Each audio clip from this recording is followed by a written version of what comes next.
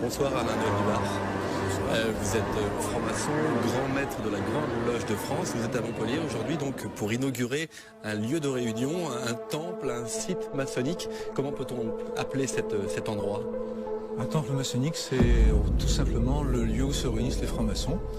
À Montpellier, en ce qui concerne la Grande Loge de France, il y a un ensemble immobilier qu'on appelle le temple, qui comprend en fait déjà 3 temples à l'intérieur. Et la journée d'aujourd'hui a consisté à inaugurer un 4e lieu de réunion qui est le 4e temple du site de Montpellier. Il y avait déjà donc des lieux de réunion. C'est une nouvelle loge. Comment ça fonctionne exactement?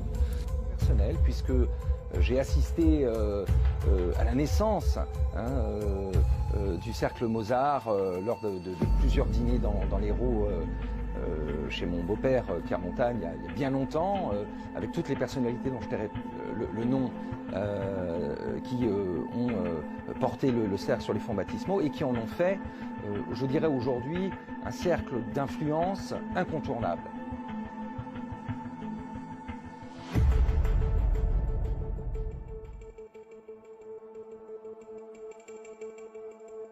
De balai bleu à partir d'un centre de jeunes handicapés du Gard. Si les faits sont prouvés et atteignent l'importance de ceux que leur prête la rumeur, ils sont extrêmement graves. Une autre source, il aurait envoyé lui-même à la police des lettres dénonçant des membres du choral et de hautes personnalités. Alors c'est là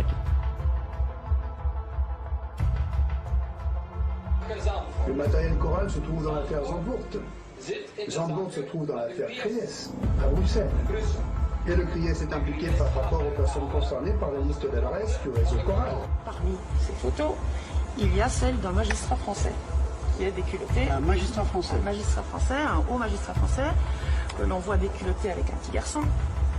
Et donc c'est très explosif. Ce magistrat français, excusez-moi. L'affaire des lieux de vie est dans un lieu de vie tenu par des socialistes qui s'appelait le Choral. Et là, des gamins étaient prostitués à des gens comme Jacques Lang. Et un gosse a été trouvé mort, sodomisé, la tête dans un seau de merde, que l'on m'arrête à la sortie si ça n'est pas vrai. Consiste à mener des sortes de cérémonies dans le plus grand secret, où l'on conjugue des pratiques aussi étranges et uniformément dégoûtantes que la sexualité de groupe, la scarification. Il a évoqué devant nous des images vous faire drécher les cheveux sur la tête. Il nous parlait de chair calcinée, de brûlures de cigarettes, de chair transpercée, parfois tuées à l'occasion de ces séances. Déjà les personnes tuées n'étaient jamais consentantes, et que parmi les personnes torturées, il y avait des malades qui réclamaient ce genre de traitement, et puis des personnes non consentantes, parfois des enfants, qui...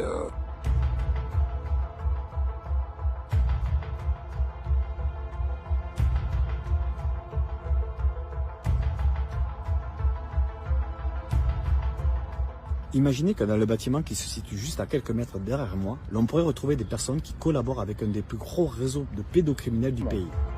Magistrat honoraire, il est surtout connu pour être à la fois un homme de terrain, puisqu'il a été plus de 40 ans juge des enfants, dont 22 président du plus grand tribunal pour enfants de France, c'était à Bobigny. Il sollicite les élus, il fait avancer les esprits et les lois dans le secteur de la protection de l'enfance. Et puis Jean-Pierre Ozinzec est aussi un acteur associatif, un militant de la cause du droit des enfants ou du droit de l'enfance.